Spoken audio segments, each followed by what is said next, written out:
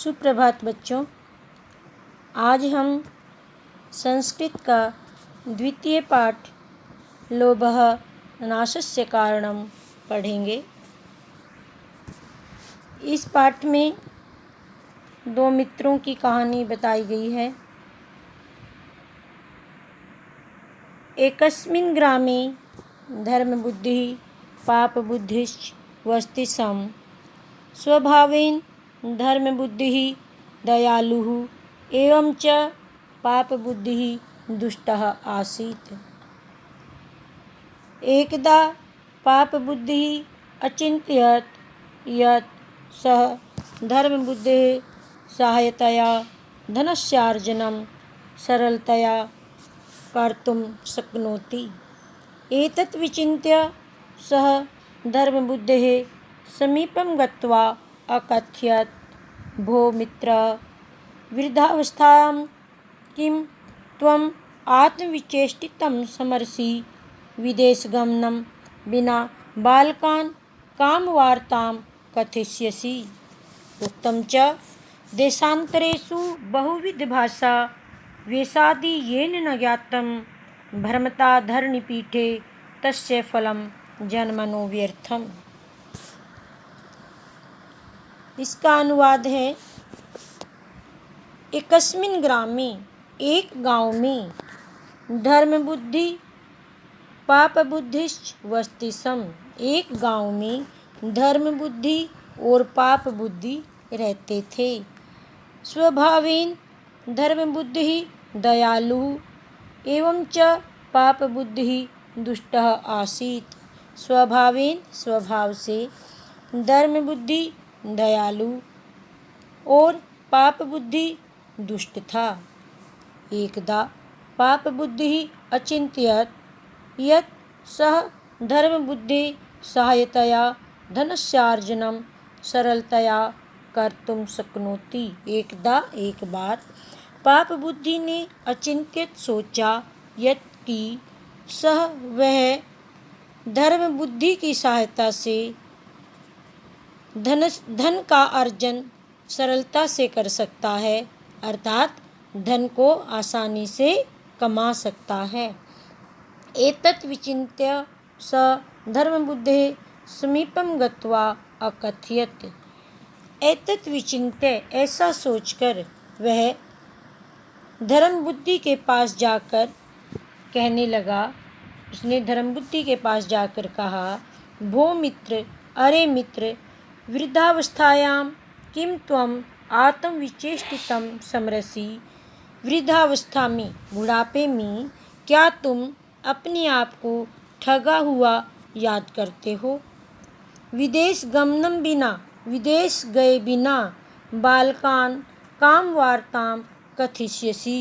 बालकों को क्या कथा सुनाओगे, क्या कथा कहोगे। उक्तं च और कहा है, देशान्तरेषु बहुविध भाषा वेशादि येन न ज्ञातं। देशों के बीच में बहुत सी भाषाओं को और वेश आदि को येन जो न ज्ञातम नहीं जानता हो। विभिन्न देशों की बहुत सी भाषाओं को और वेश आदि को जो नहीं जानता है। भ्रमता धरणी पीठे, पृथ्वी पर भ्रमण करते हुए, घूमते हुए, तस्य जन्मनो, उसके जन्म का फल व्यर्थम व्यर्थ है, अर्थात जिसने इस पृथ्वी पर आकर बहुत सी भाषाओं को, बहुत से वेश आदि को नहीं जाना, उसका धरती पर जन्म लेना व्यर्थ है, बेकार है। अनेन धर्मबुद्धिः तस्य विचारं मत्वा धनार्जन हेतोः विदेशं प्रति गच्छति। तत्र विपुलं धनार्जनं कृत्वा तौ पुनः स्वदेशम् आगच्छतः पापबुद्धिः अत्यधिकः चतुरः आसीत्। सः अकथयत्, भो मित्र, सर्वं धनं गृहे न नेष्यावः, यतो हि अस्माकं बान्धवः धनं याचिष्यन्ते। अतः अत्रैव वृक्षस्य अधः धनं निगूह्य किञ्चित् च धनम आदाय गृहं प्रविशावः। तौ तथा कृत्वा गतौ अग्रिमे दिने अवसरं लब्ध्वा पापबुद्धिः निजधनम् एवं च धर्मबुद्धेः अपि धनं गृहीत्वा आगतः। अनन्तरं धर्मबुद्धिः तत्र धनं न प्राप्य पापबुद्धिं पृच्छति। परं च पापबुद्धिः कथयति, त्वया धनं चोरितं न तु मया। अनेन धर्मबुद्धिः तस्य विचारं मत्वा इस प्रकार धर्मबुद्धि उसके विचारों को मानकर धनार्जन हेतु धन कमाने के लिए विदेश की ओर गया।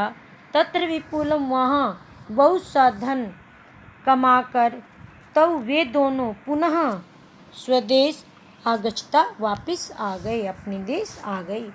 पाप बुद्धि अत्यधिक चतुर आसीत। पाप बुद्धि बहुत अधिक चतुर था। स अकथ्यत, उसने कहा, भो मित्र, अरे मित्र, सर्वं धनम गृह न निस्यावः।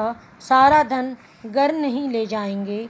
यतो ही, क्योंकि अस्माकं बांधवा, हमारे बंधु धनम याचिष्यन्ते, धन मांगने लगेंगे।